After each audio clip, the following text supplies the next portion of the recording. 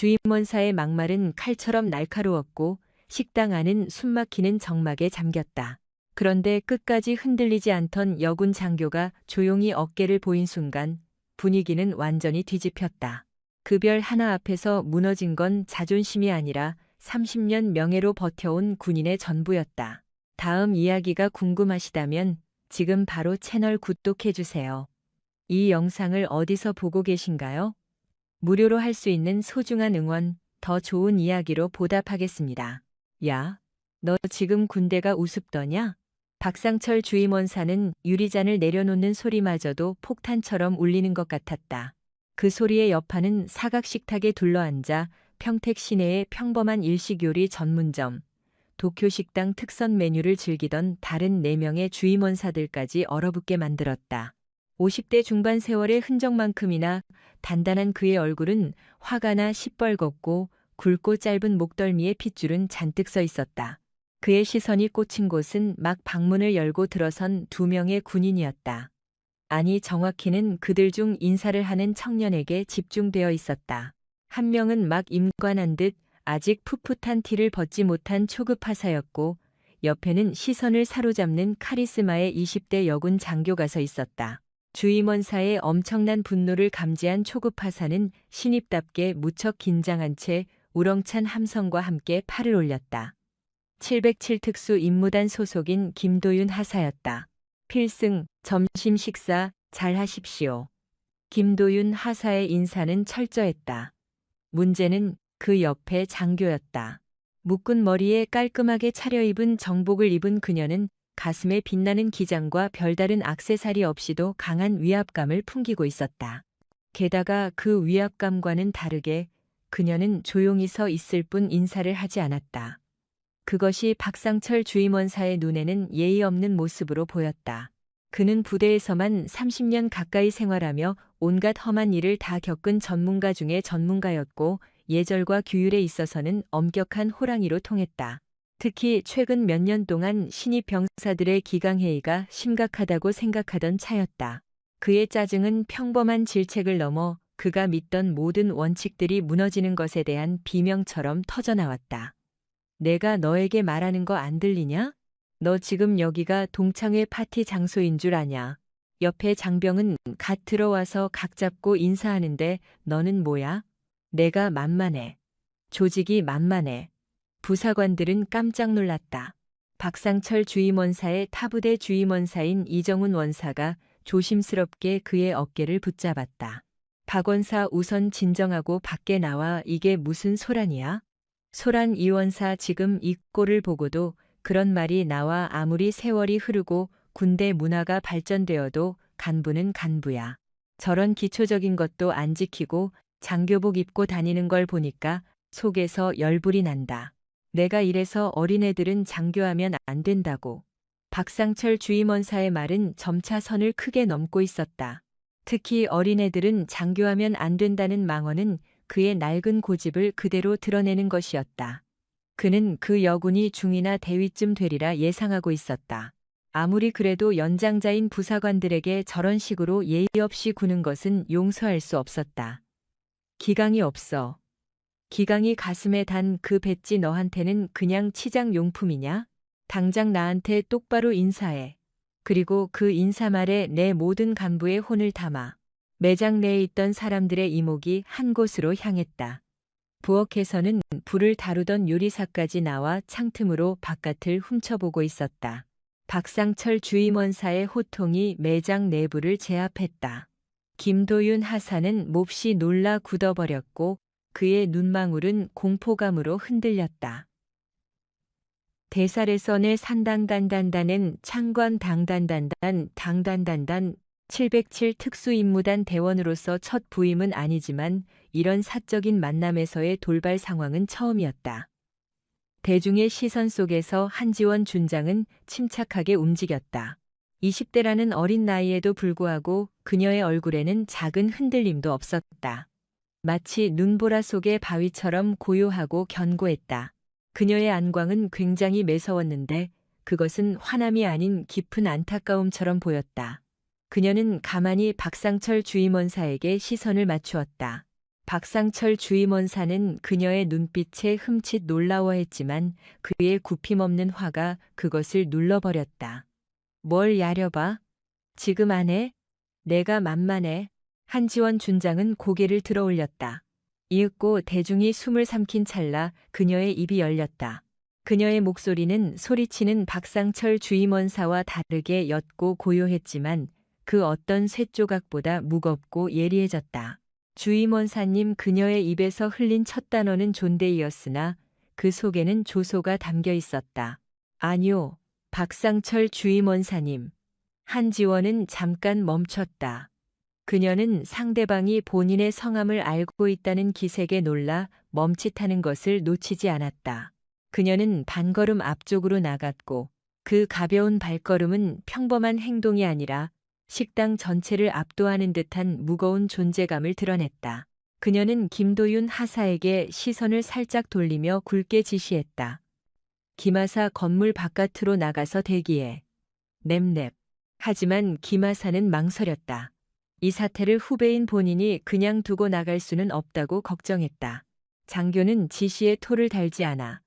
한지원의 어조에서는 엄격함이 묻어 있었다. 김도윤 하사는 머뭇거리다가 서둘러 식당문 밖으로 나갔다. 그가 사라지자 한지원은 다시 박상철 주임원사를 노려보았다. 주변의 다른 부사관 동료는 모두 박상철에게 어떤 일이 생겨났는지 흥미로우며 그들의 언쟁을 지켜보고 있었다. 제 신분이 참 낯설 수도 있습니다. 하지만 당신은 방금 국가의 엄중한 임무를 수행 중인 후배를 이곳 대중들 앞에서 대놓고 폄하했습니다. 원사라는 빛나는 훈장을 본인의 손으로 진흙탕에 던져버리면서요.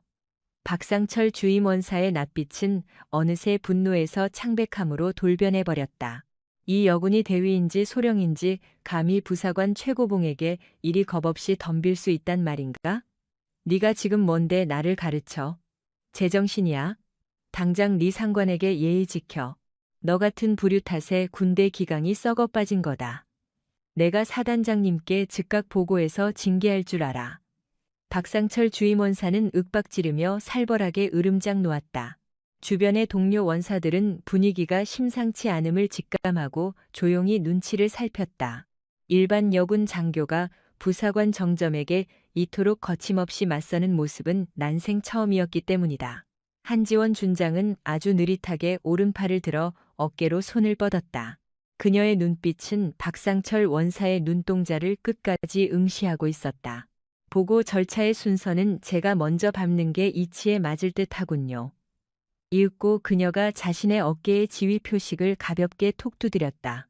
화창한 채광 아래 빳빳한 군복 어깨선 위로 단 한 개의 영롱한 은빛 별이 눈부시게 박혀 있었다. 젊음을 받아 더욱 찬란히 반짝이는 장성의 증표였다. 그녀는 707 특수부대의 최연소 지휘관 한지원 준장이었다. 식당 내의 공기가 한순간 무겁게 내려앉았다.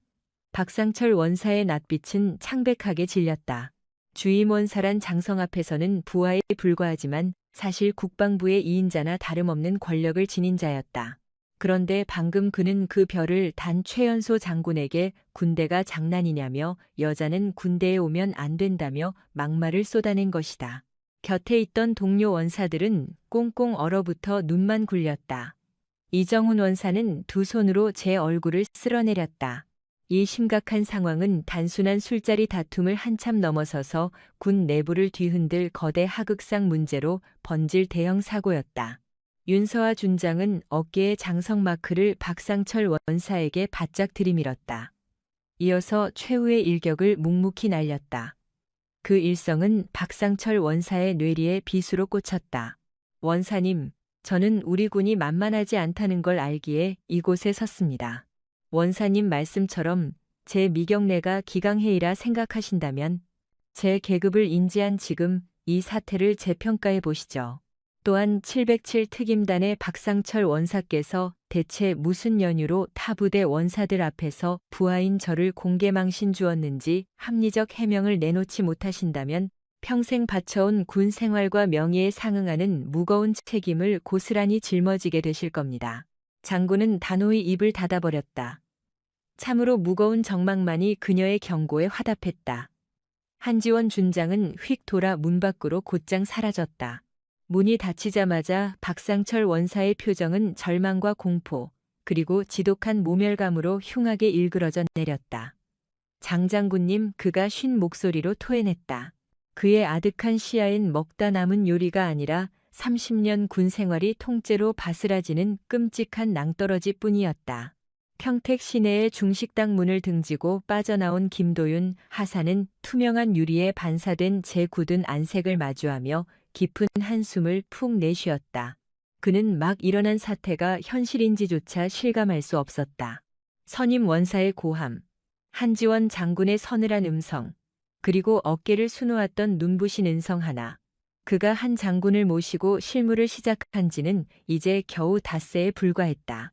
그녀는 707 부대의 신임 지휘관으로 갓 부임한 참이었고 그를 전담 보좌관으로 발탁해 다녔다. 부사관 김도윤은 그녀가 그저 유능한 영관급 장교쯤 될 거라 넘겨짚었지 감히 구름 위의 장성일 줄은 꿈에도 몰랐다.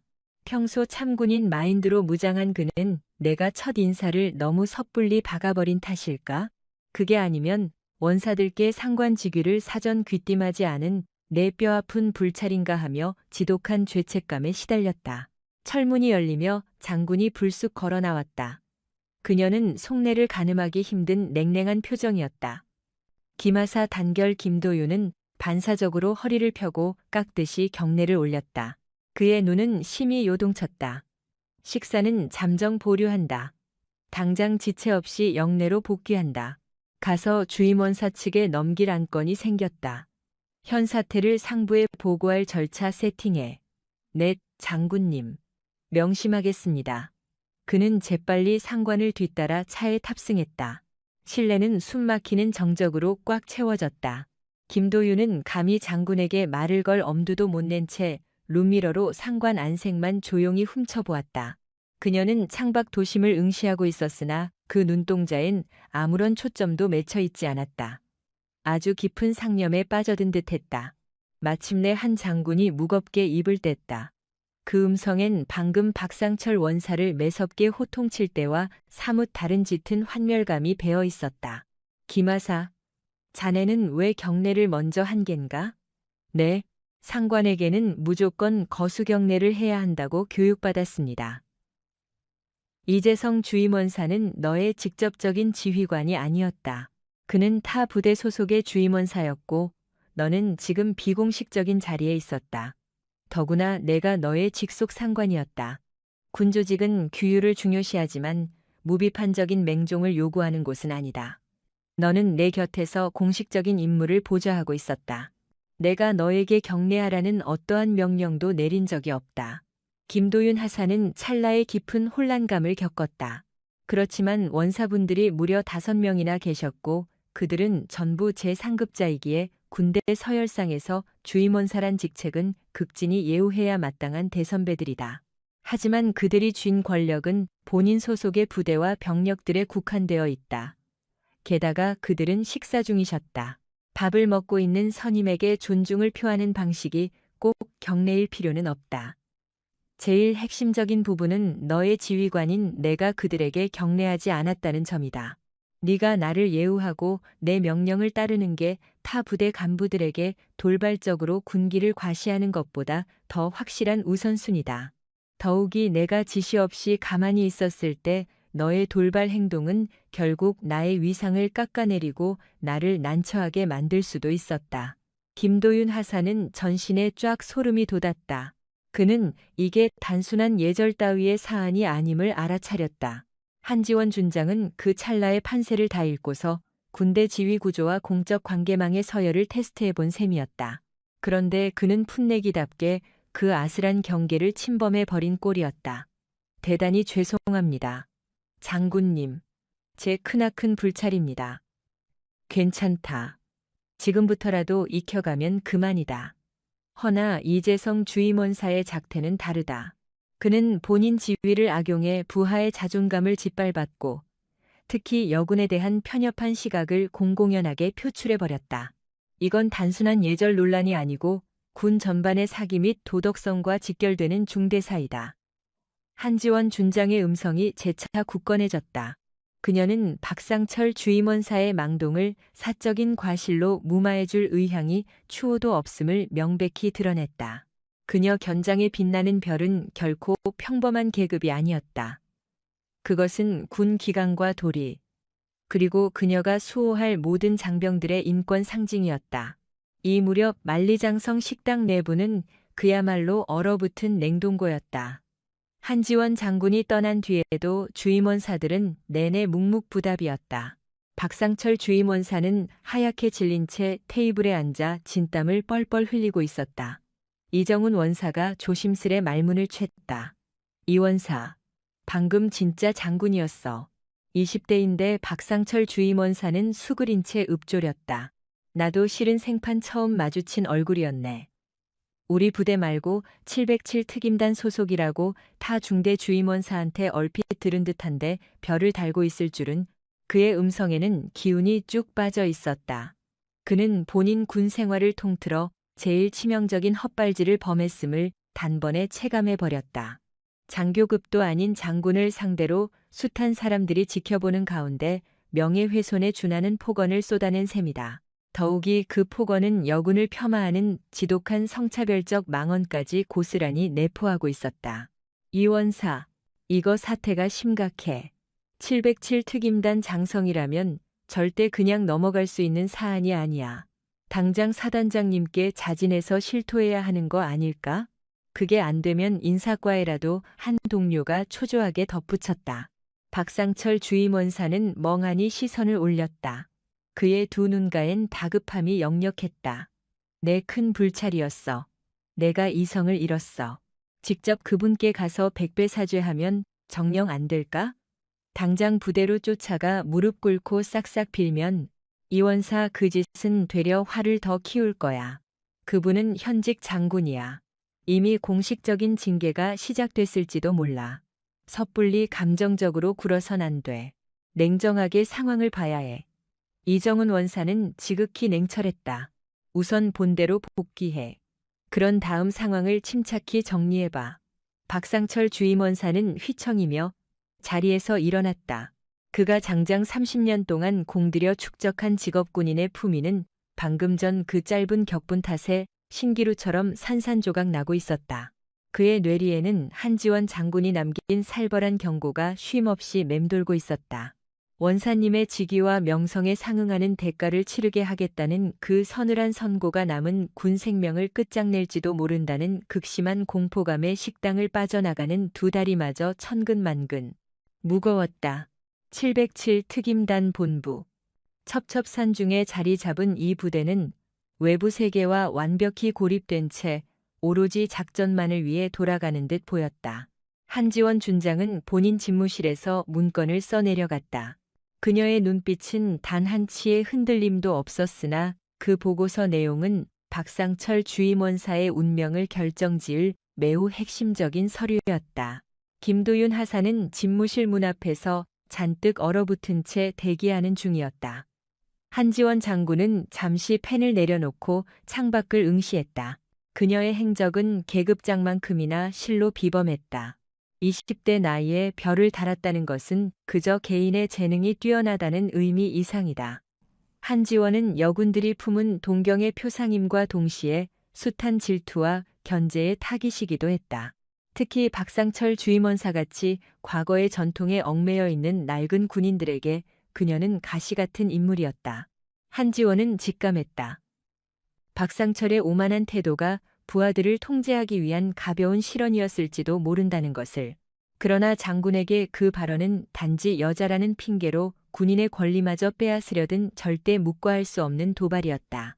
군조직은 실력과 희생으로 증명해야 맞다. 성별이나 연륜 따위가 기준이 되어서는 안 된다. 이것이 장군의 철학이었다. 그렇기에 그녀는 자신의 원칙을 수호하고자 망설임 없이 박상철 원사와의 전면전을 불사했다. 그 순간 집무실 문에서 가벼운 노크 소리가 났다. 장군님, 지휘관님이 찾으십니다. 밖에서 대기하던 부관이 보고했다. 한지원 장군은 서류철을 반듯하게 챙기며 자리에서 일어났다. 알았어. 김하사 넌 여기서 대기해. 다시 오면 이 서류 초안을 확인할 테니. 넵, 알겠습니다. 김도윤 하사는 긴장하며 마른 침을 삼켰다. 한지원이 707 대테러 지휘관실로 걸음을 옮길 무렵 박상철 원사는 벌써 직속 상관의 방에 불려가 문책을 받고 있었다. 상관은 창백해진 낯빛으로 박상철 원사에게 자초지종을 캐물었고 그는 진땀을 빼며 어떻게든 자기 입장을 방어하느라 애를 먹고 있었다. 하지만 사태는 벌써 지휘관이 수습할 수 있는 선을 넘은 뒤였다. 박상철 원사는 상관의 방을 나와 혼자 쓸쓸히 영내 뒷산으로 올라갔다. 그는 용인 주둔지 전경이 훤히 내려다 보이는 위치에 섰다. 30년간 군복을 걸치고 수많은 땀방울을 쏟아가며 일궈온 그의 전부이자 안식처였다. 주임원사라는 직책은 그에게 일개 직급을 뛰어넘는 가치였다. 그것은 부대의 버팀목이며 어린 병사들이 따라야 할 빛나는 이정표나 다름없었다. 내 평생 업적이 찰나에 욱하는 감정 탓에 무너진다는 건가? 그의 뇌리에는 한지원 장군의 서늘했던 시선과 여자는 군대에 안 어울린다고 떠들었던 스스로의 건방지고 꽉 막힌 언행이 쉼없이 맴돌았다. 그는 본인의 망언이 얼마나 미련하고 구시대적 발상이었는지 뉘우치고 있었다. 그는 셀 수 없이 많은 여군들이 얼마나 처절하게 복무하고 있는지를 지근거리에서 지켜보고도 억지로 무시해온 옹졸함을 마주했다. 그가 깊은 시름에 잠겨있던 찰나 부하 주임원사인 김현우 원사가 급하게 연락을 해왔다. 이 원사님, 현재 비상사태입니다. 방금 전 국방신문 기자 측에서 연락이 왔는데 평택 중국집에서 발생한 고참 원사와 여성 장군 사이의 충돌건을 기사화하겠다고. 박상철 원사는 폰을 떨어뜨릴 뻔했다.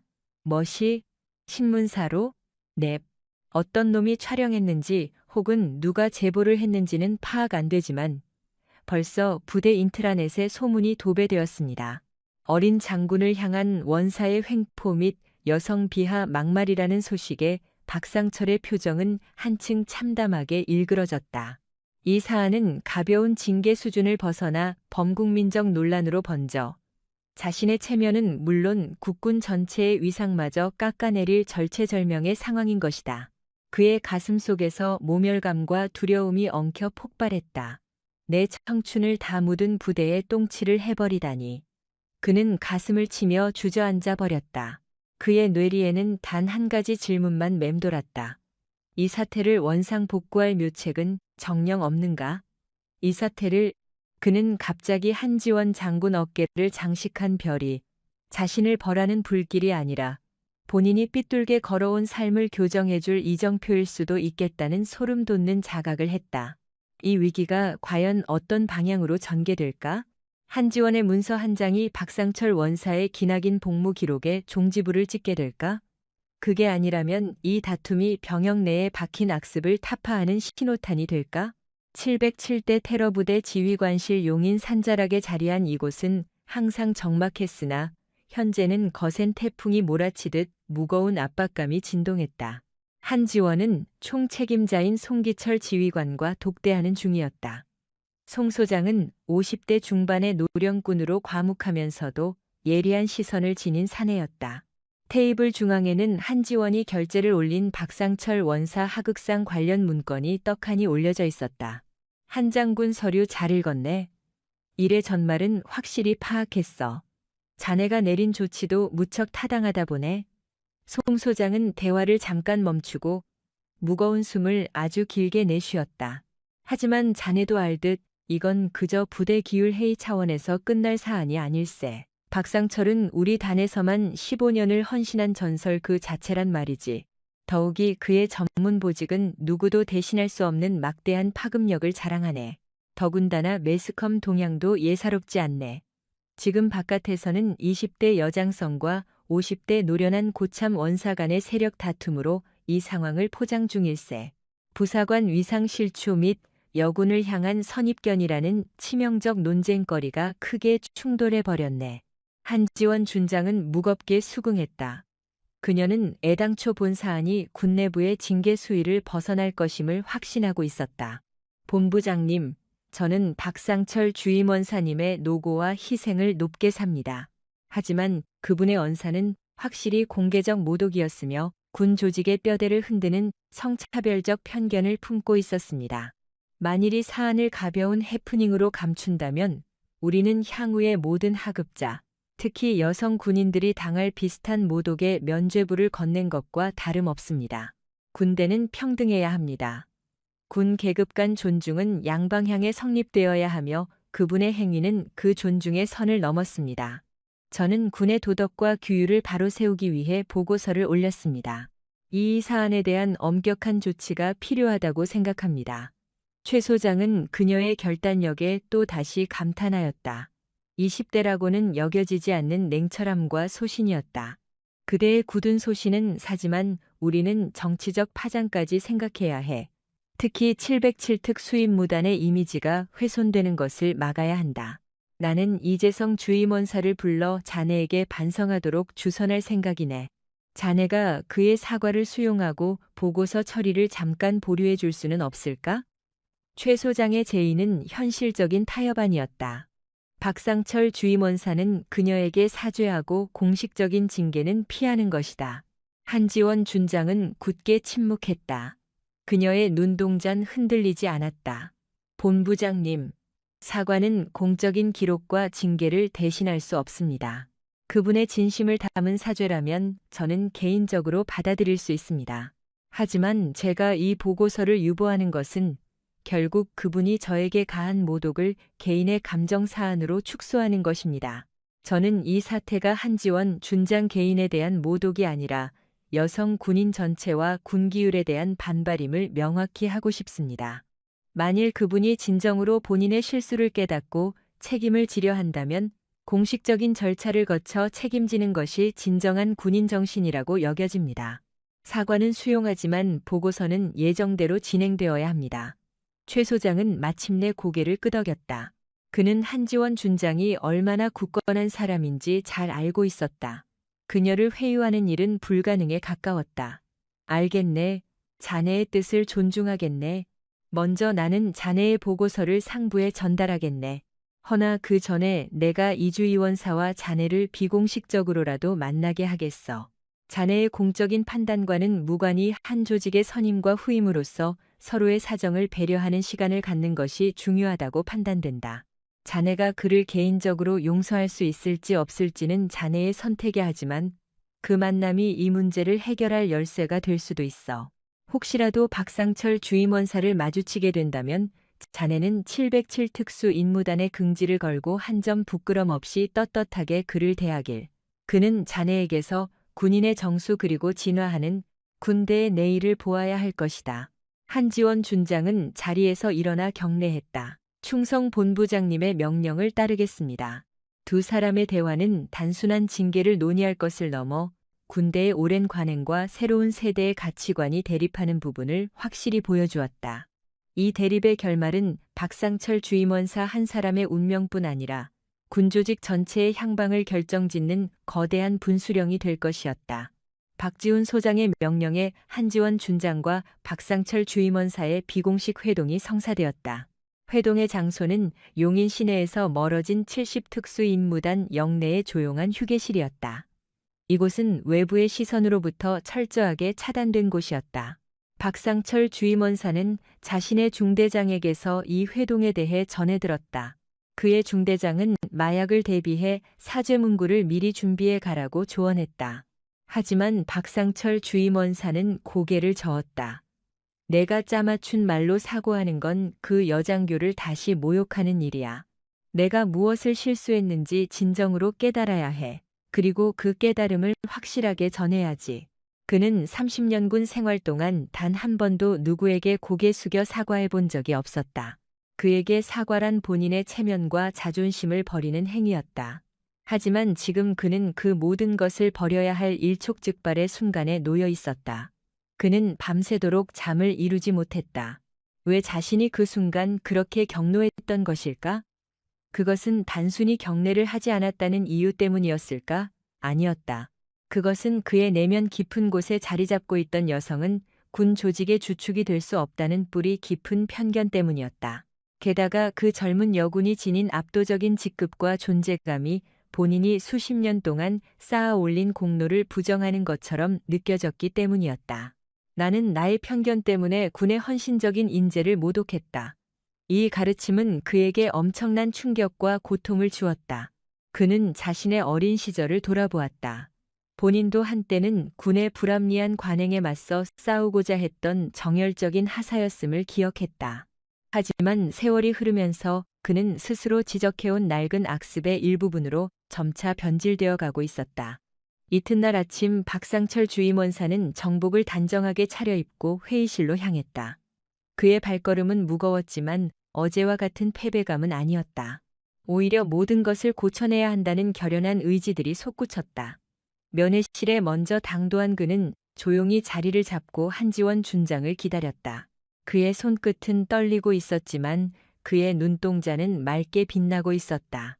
곧이어 문이 열리며 한지원 준장이 안으로 들어왔다. 그녀는 깔끔한 정복 차림이었다. 그 뒤쪽엔 보좌관 김도윤 하사가 서 있었다. 정 하사는 박상철 주임원사를 보자 놀라며 차렷 자세를 취했으나 한지원 준장의 눈짓에 면회실 밖으로 나가 조용히 대기했다. 한지원 준장은 박상철 주임원사 앞에 섰다. 그녀는 가벼운 눈인사조차 건네지 않았다. 그저 묵묵히 상대를 쳐다보았다. 이 고요함은 박상철 주임원사에게 본인이 저지른 큰 과오의 무게를 뼛속 깊이 깨닫게 했다. 박상철 주임원사는 자리에서 곧장 일어섰다. 이어서 허리를 아래로 깊게 숙였다. 준장님 박상철 주임원사입니다. 저번 만리장성 식당에서 제가 준장님과 부하에게 행한 모든 무례에 대해 진심 다해 사죄를 드립니다. 저는 찰나의 화를 참지 못하고 제 직급과 나이를 무기 삼아 부하의 자존심을 무참히 짓밟았습니다. 무엇보다 여군을 향한 제 편협하고 낡은 망언에 관해서는 낯을 들고 용서를 빌 자격조차 참으로 없습니다. 저는 그날 준장님의 계급장만 살폈을 뿐 정작 준장님의 헌신과 노고 그리고 군인으로서 지닌 진정한 가치를 전혀 헤아리지 못했습니다. 저의 어긋난 사고방식이 전체 군의 위신을 크게 깎아내린 것에 대해 뼛속 깊이 참회합니다. 그의 사죄는 아주 길었으나 짙은 진심이 배어 있었다. 적어둔 대본도 없이 가슴속 깊이 우러나온 쓰라린 뉘우침을 토해낸 것이다. 한지원 준장은 그 고백이 맺어질 때까지 묵묵하게 들었다. 마침내 긴 사죄가 끝나자 그녀는 박상철 주임원사를 빤히 응시하며 입을 뗐다. 박상철 주임원사님, 뉘우침의 뜻은 제 선에서 수용하겠습니다. 제게 가한 폭언을 잊지는 못해도 용서해 드릴 수는 있습니다.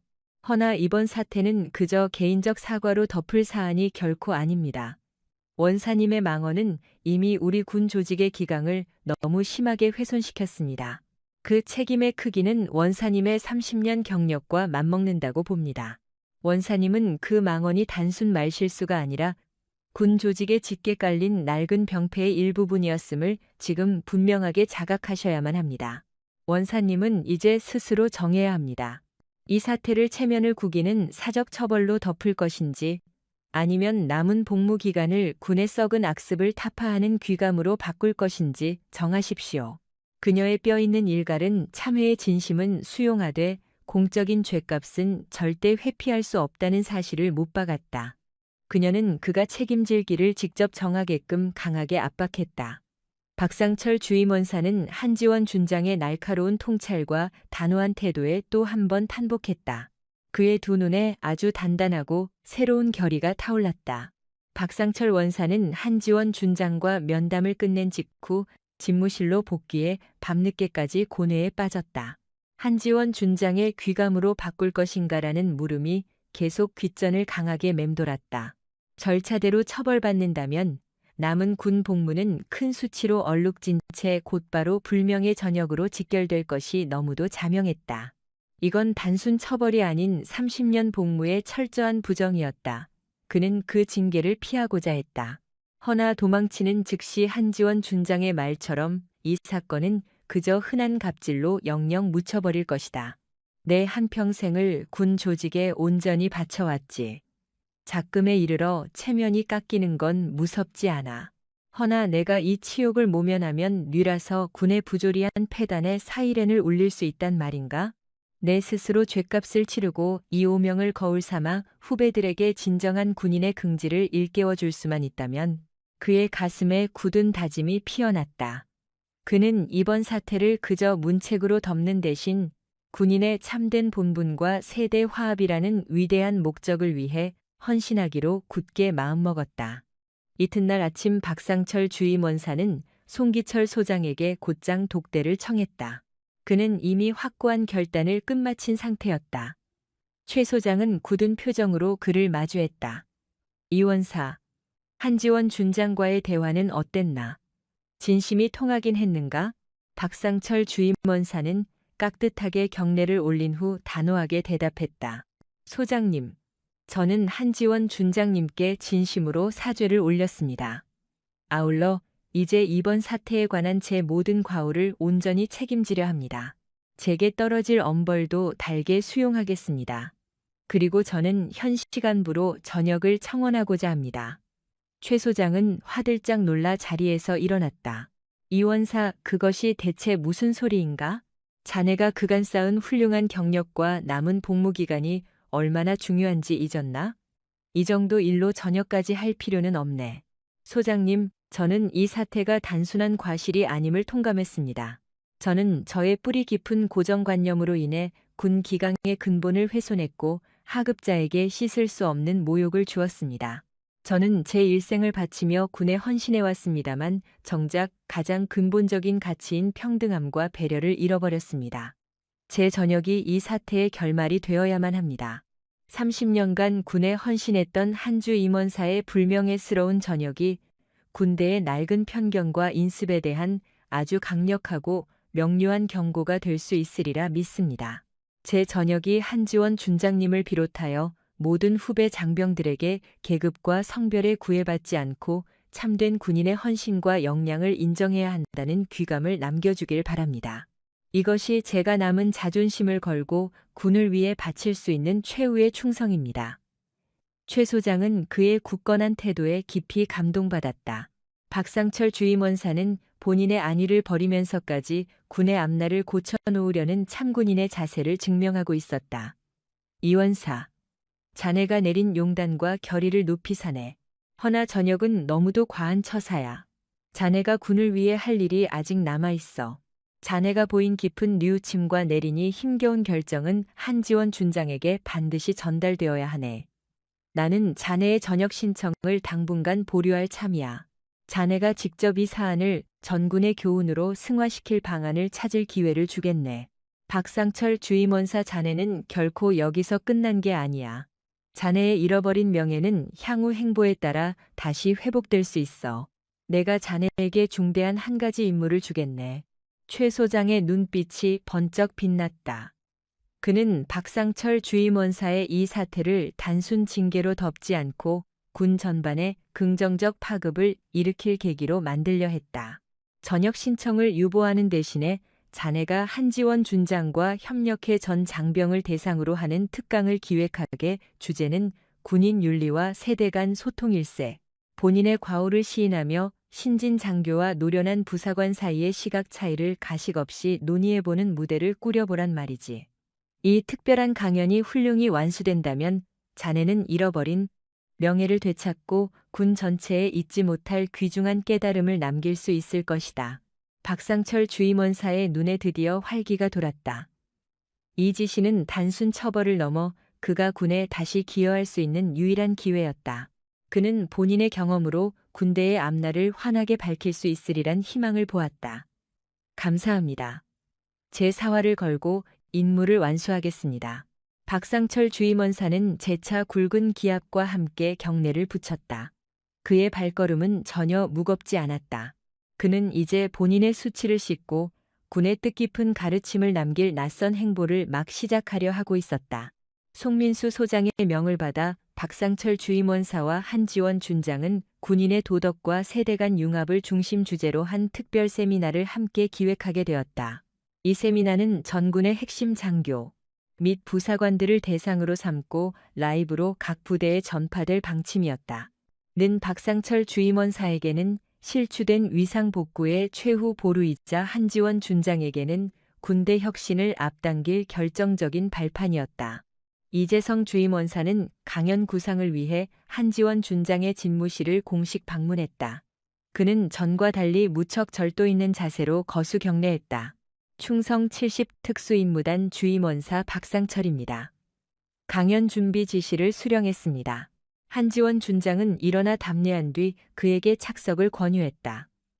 그녀의 눈은 여전히 차가웠으나 과거 같은 반감은 보이지 않았다. 오직 공무상 파트너를 향한 서늘한 잣대만이 담겨 있었다. 윤 주임 원사님, 저는 원사님의 사죄와 소장님 앞에서의 용단을 높게 평가합니다. 허나 이 특강은 가벼운 반성문 낭독 자리가 아닙니다. 군 전체를 목표로 삼는 아주 막중한 대움의 무대가 될 참입니다. 윤 주임 원사님의 참회와 뼈아픈 경험은 중대한 밑거름이 될 겁니다. 그렇지만 저는 원사님께서 저지른 실책을 한낱 개인의 과실로 무마하시길 원치 않습니다. 군 조직의 묵은 폐단과 세대 차이가 초래한 구조적 병폐라는 점을 똑똑히 짚고 넘어가야 합니다. 문동윤 주임원사는 그녀의 예리한 식견에 재차 크게 감탄했다. 그는 본인이 안고 있던 고뇌가 이 젊은 지휘관의 서늘한 안목 속에 이미 파악되어 있음을 절감했다. 장군님, 저 역시 소장님의 명령을 그저 체면을 세울 수단으로 여기지 않습니다. 제 부끄러운 면을 전군에 다 밝혀 저처럼 낡은 사고를 지닌 고참병들에게 따끔한 일침을 가하려 합니다. 장군님 뜻에 발맞춰 시스템의 고질병까지 철저하게 파헤쳐볼 각오가 섰습니다. 두 사람의 협동은 초장부터 삐걱거렸다. 한지원 준장은 박상철 주임원사가 건네준 초안을 살피며 매섭게 꼬집었다. 주임원사님, 이 대목을 보면 단지 세월이 흘렀으니 젊은 신세대를 수용해줘야 한다는 식으로만 기록되어 있습니다. 이것은 배려가 아니라 굴복입니다. 군대는 굴복하는 집단이 아닙니다. 우리가 명심해야 할 것은 급변하는 환경이 아니라 군대의 굳건한 사명이 시대에 따라 자의적으로 변질되어서는 안 된다는 것입니다. 군대의 사명은 충성, 명예, 그리고 평등함입니다. 주임원사님께서 타인에 행하셨던 폭언은 평등함이라는 절대적 가치를 파괴한 것입니다. 여자 대원에 향한 억측이 군의 작전 달성에 방해가 되는 직후 그것은 더 이상 개인의 착각이 아니라 부대의 약점이 됩니다. 이 논점을 뚜렷이 짚고 가야 합니다. 박상철 주임원사는 한지원 준장의 질책에 항변할 수 없었다. 그는 본인의 안목이 여태껏 혼자의 기분이나 연령 차이에 갇혀져 있었음을 시인해야 했다. 그는 한지원 준장과 같이 대본을 보완하며 본인이 이전 30년간 절대적으로 신뢰했던 체력과 규율의 가치를 바닥부터 새로 확립하기 원했었다. 수일 내내 두 사람 팀워크 흡사 두 개의 거대한 원석이 깊이 마찰하며 깎여나가는 절차와 같았다. 현장에서 일어났던 마찰은 차후 군의 우선순위 재설정하는 등불이 되고 있었다. 이재성 주임원사는 한지원 준장의 보호 아래 본인 하대했던 어린 대원과 같이 군의 비전을 말하고 있었다. 그 어색한 만남은 본인의 상당한 내면적 진화를 이끌었다. 나의 30년 군 경험은 드디어 앳된 상관의 정교한 시각을 거쳐 기어코 결실 맺는 듯 하군. 그는 본인 입으로 속삭였었다. 그의 표정은 후회와 자각을 지나 눈부신 판단력으로 변하기 돌입했다. 강연의 뼈대는 평범한 반성을 지나 군의 낡은 문화를 지켜온 숙련자와 진취적인 통솔력을 지닌 어린 장교가 같이 그려내는 조직 쇄신의 마스터 플랜 변모하고 있었다. 강연을 고작 수일 남긴 날 박상철 주임원사는 한지원 준장의 부탁으로 그녀의 집무실이 아닌 용인기지 주변의 고요한 연병장에서 모였다. 한지원 준장은 본인의 중대한 과제를 건네었다. 윤 주임원사님, 강연을 거쳐 학문적인 가르침 전파하는 일도 필요하지만 본인 주임원사님의 이력을 인용해서 대원들에게 참진한 여운을 남겨주십시오. 주임원사님은 비밀부대에서 30년간 활약하셨습니다. 본인 듣기로는 주임원사님은 최악의 조건에서 부하들과의 믿음을 거쳐 작전을 끝마쳤던 무수한 이력을 지니고 있으시죠. 그 믿음은 직급이나 나이를 뛰어넘는 기적이겠지요. 박상철 주임원사는 이 말을 쓰다듬다. 비밀 특수단에서 작전을 이행할 때 본인의 제일 소중했던 목표 언제나 부하들의 생존이었다. 대장의 직급이 크든 작든 결말 작전 달성을 향해서는 부대원들의 탁월함과 실전 이력에 철저하게 기대야만 했다. 그 찰나에는 완장들보다 실력과 믿음이 최고였었다. 준장님 옳습니다. 전투간에는 주임원 사고 장교이고 지워집니다. 각자의 곁에 생명을 내어준 동료만이 살아갈 따름이죠. 우리는 참 신뢰로서 엄청난 과업을 달성했었지요. 그러나 본인 만리장성 매장에서 행했던 잘못은 그 믿음과 동지애를 망가뜨린 실수였었지요. 본인 그 찰나 군대의 핵심을 놓쳤습니다. 한지원 준장은 그의 진실 가득 반성의 턱끝을 당겨왔다. 상관은 박상철 주임원사가 과거의 과오를 우발적 화냄이 아닌 본인의 복무 신념 전부에 향한 반역으로 자각하고 있다는 눈치챘다. 주임원사님. 본인 강연의 끝자락에 주임원사님의 제일 뿌듯했었던 작전 기억과 제일 참담했던 만리장성에서의 찰나를 교차해서 묘사해 내시기를 원하죠. 주임원사님의 육성장 생명을 기댈 수 있는 동지에게 직급과 선입견을 상처를 준 찰나가 주임원사님에게 무슨 상징인지요. 진솔하게 털어놔 주세요. 대원들은 이성이 아니라 스토리에 감화됩니다. 단연 주임원사님의 30년 노력이 녹은 서사시라면 참 영향력은 위대할 것입니다. 박상철 주임원사는 눈을 감았다. 본인의 제일 수치스러운 찰나를 무수한 하급 군인들 앞에서 실토해야 한다는 현실 전역보다 참 끔찍해지는 비극이다. 그러나 본인 이 일이 자신의 종착지 미션임을 체득했었다. 그는 연병장 구석에 위치한 유리를 쳐다보았다. 군복만을 걸친 본인의 형태가 보였다. 30년 전 호기 가득한 어린 하사의 환영과 독단에 매몰되어 자책하는 현재의 50대 주임 원사의 잔상이 스쳐갔다. 준장님, 본인 내 약점을 까발리는 행위 피하지 않겠습니다. 본인 당일 내 곁에 서던 어린 여자 대원에게서 나의 옛날을 찾았습니다. 그러나 나의 선입견 저 어린 대원의 겉모습 챙겼지 장군의 계급장 보지 못했습니다. 직급은 경의의 표상이어야 하지만 나에게는 선입견 합리화하는 흉기가 되어버렸습니다. 강연에서 본인 나의 제일 영광스러운 찰나와 제일 수치스런 찰나를 여과 없이 토로하고 이 모든 일들, 마침 동지에 향한 절대적 믿음이 부족한 탓으로 일어났음을 맹세하겠습니다. 한지원 준장은 박상철 주임원사의 표정서 마침내 참다운 담력을 느꼈다. 이것은 육체적인 담력이 아니라 본인의 실수를 받아들여 혁신하려는 윤리적 담력이었다. 윤 주임원사님 고맙습니다. 주임원사님의 결단은 온 부대를 바꿀 수 있는 힘을 지닐 것입니다. 두 장교의 어색했던 만남은 점차 각자의 아픔과 슬픔을 감싸주는 참된 전으로 나아가고 있었다. 이들은 자신의 자리에서 참된 도덕적인 사명을 보존하기 위해 힘쓰고 있었고 두 의지는 결국 하나로 연결되고 있었다.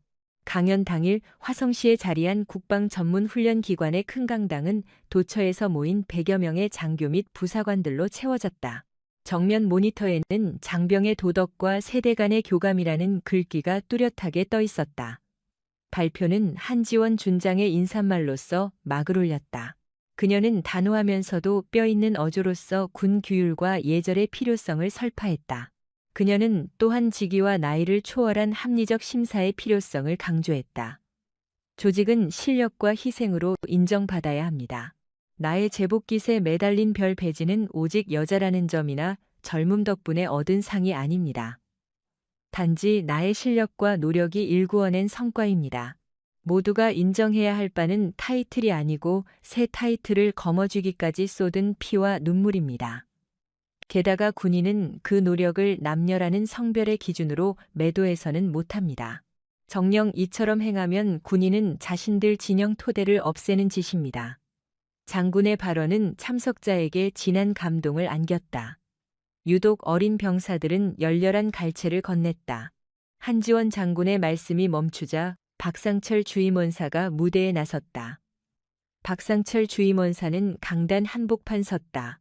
30년의 복무를 증명하는 노병 단호한 자태는 군인들 사로잡았고 노병 양볼에는 떨림과 결연함이 잇따라 번져 있었다.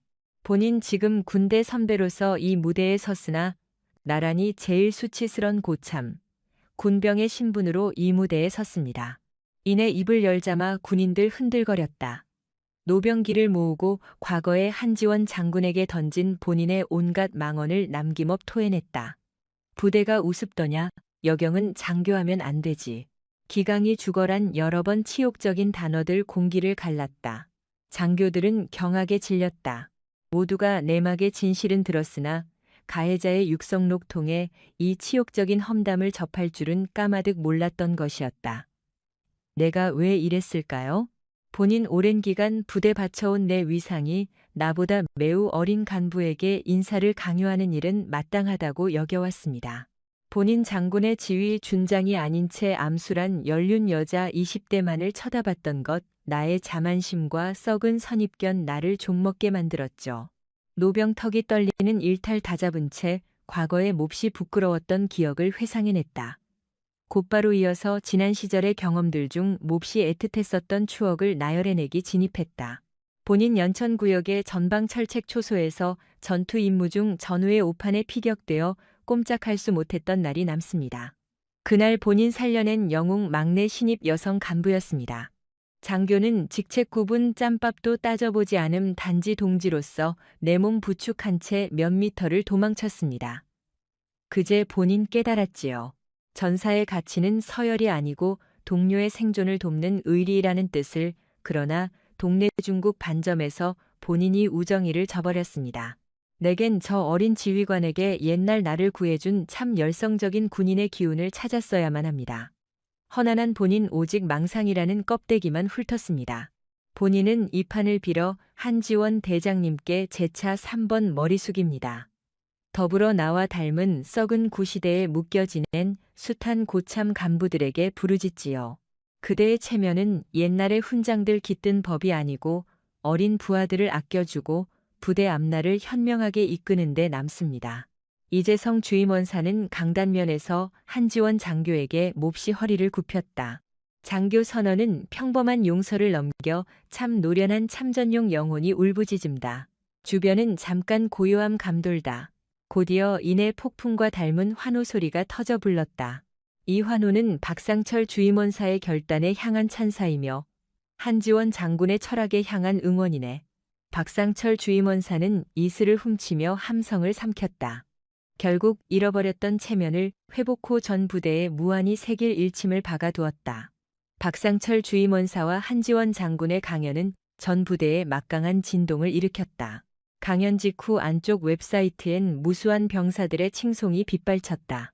유독 어린 부하장병은 박상철 주임원사의 패기 넘친 본인 성찰에 탄복했고 한지원 장교의 삿대 넘친 지도력에 경의를 보냈다.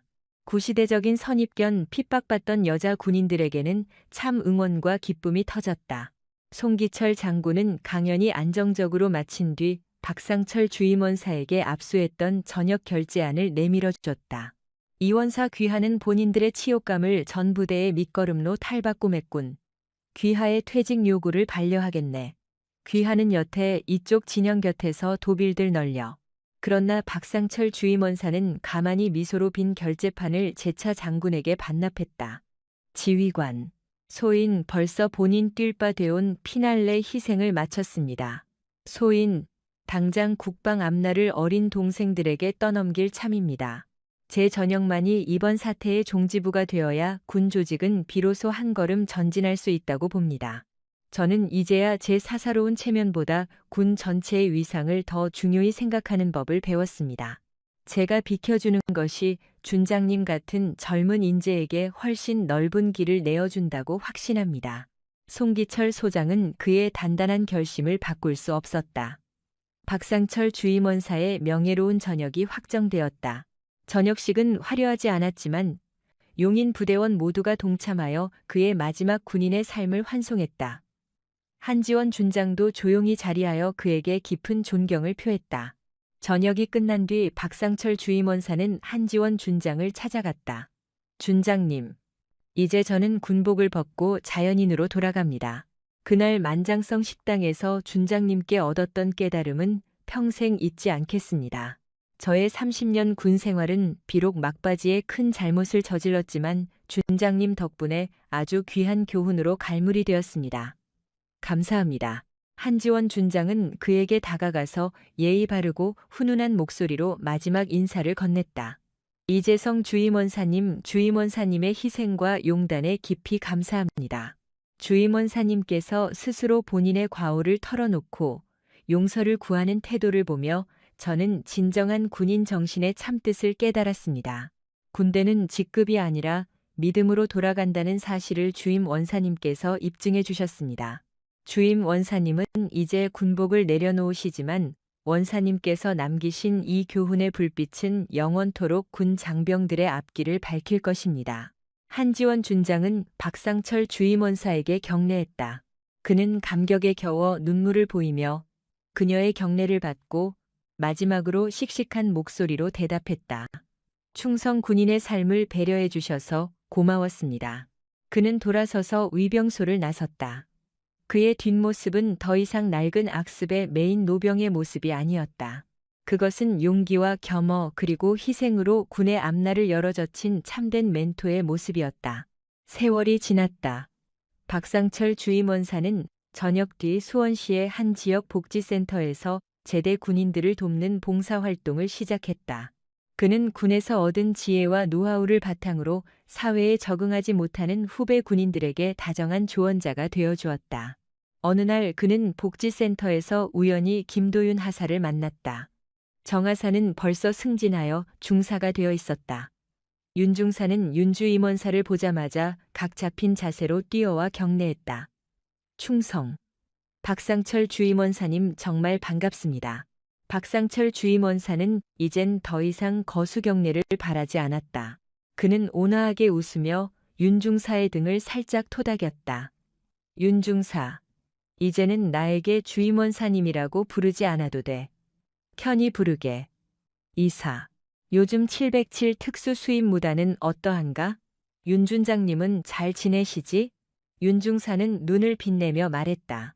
보럼대, 팡. 네. 준장님은 지금도 단에서 최고로 존경받는 지휘관이십니다. 준장님께서는 지난 특강 이후 군 내부의 대화 창구를 크게 활짝 열어두셨습니다. 이제 우리 하급자들은 직급에 관계없이 본인의 생각을 맘 편히 건의할 수 있게 되었습니다. 더불어 준장님께서는 주임원사님과의 강연 내용을 별 하나의 교훈이라는 명칭으로 전체 신병 교육 자료에 수록하셨습니다. 우리는 이제 군에 입대하자마자 직급이 아니라 상호 존중과 믿음이 군인의 핵심 도리임을 익힙니다. 박상철 주임원사는 마음이 찡해졌다. 스스로가 저질렀던 과오가 한지원 준장의 통찰을 거쳐 군의 영구적 교훈으로 남겨졌다는 사실에 크나큰 감동을 받았다. 한지원 준장은 본인의 과업을 성실히 수행하며 707특 20단을 혁신적인 부대로 탈바꿈시켰다. 그녀는 실력 위주와 합당한 평가를 주요 목표로 삼아 군대의 낡아빠진 편견들을 하나둘 무너뜨리고 있었다. 그녀는 가끔 본인의 집무실 창밖을 내다보며 사색에 잠겼다. 그녀의 어깨 위로 반짝이는 별 하나는 이제 그녀의 실력뿐 아니라 박상철 주임원사의 희생과 참회가 담긴 가르침의 징표이기도 했다. 그녀는 깨달았다. 박상철 주임원사가 지닌 악습과 선입견은 군 조직의 암흑이었지만 그의 마지막 소신 있는 자백과 희생은 그 암흑을 물리치는 가장 밝은 빛이 되었다. 진정한 리더십은 철저한 무오류에서 비롯되는 것이 아니라 타인의 잘못을 가장 귀한 깨달음으로 변화시키는 역량에서 비롯된다는 사실을. 이 모든 드라마는 평택의 중화요리식당, 만리장성에서 비롯된 작은 마찰이었다. 하지만 그 마찰은 묵은 것과 새로운 것의 갈등을 넘어 마침내 세대와 계급을 뛰어넘은 인간적인 양해와 존경이라는 가장 숭고한 가치를 다시금 깨닫는 감동적인 일화로 매듭지어졌다. 최종적인 의미와 교훈은 다음과 같습니다. 군은 계급만으로 서는 조직이 아니라 상호 존중과 책임으로 버티는 조직이다. 편견은 순식간에 명예를 무너뜨리고 진심 어린 반성과 책임만이 무너진 신뢰를 다시 세운다. 별 하나의 무게는 권력이 아니라 군인의 품격과 원칙 그 자체였다.